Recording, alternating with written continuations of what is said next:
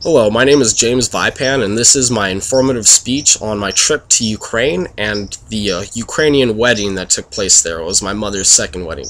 The trip was about 14 to 16 hours long from Fresno, California to Chernovtsi, Ukraine. First, we got our flight in Fresno to New York, and from New York we went to London. From London we flew to Germany, and from Germany we went on to Kiev, Ukraine, and we took a bus from Kiev to Chernovtsi. In Chernovtsi, it's, the major city there. We don't really spend a lot of time there.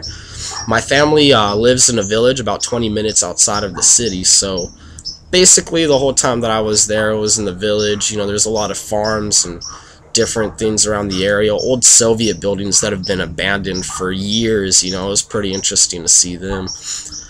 But the most memorable part was definitely the wedding. It's a 3-day long wedding ceremony, I guess you could say. The whole process takes 3 days.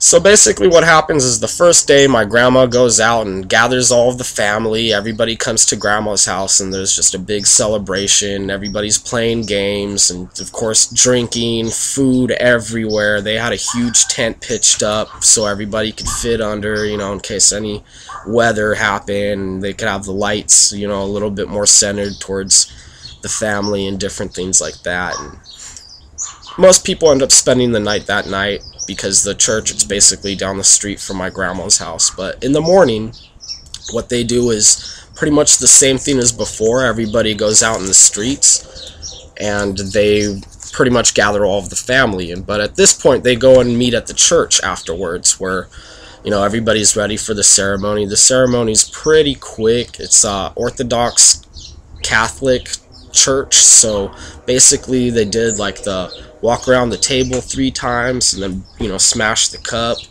and you're married. And after that, pretty much right after the cup smashed, everybody just piles out of the church back to grandma's house for another big party. This time it's maybe a little bit more formal than the first day, but it's definitely still a lot of good music. Everybody's having fun, more dressed up, and whole nice experience. And then basically most people spend the night again and you wake up and the whole third day is like one big party and cleanup party, I guess you could say. But everybody's just having a great time that day, and it's just grand old time.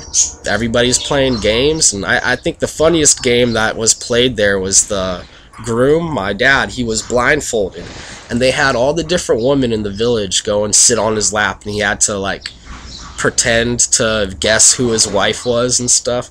They had this thing worked out where she was gonna pinch his leg, so he didn't kiss the wrong person, because that's how you would pitch it. You have to kiss the person because that's your wife. Well, it was a really fun experience. I hope you enjoyed my story. Thank you.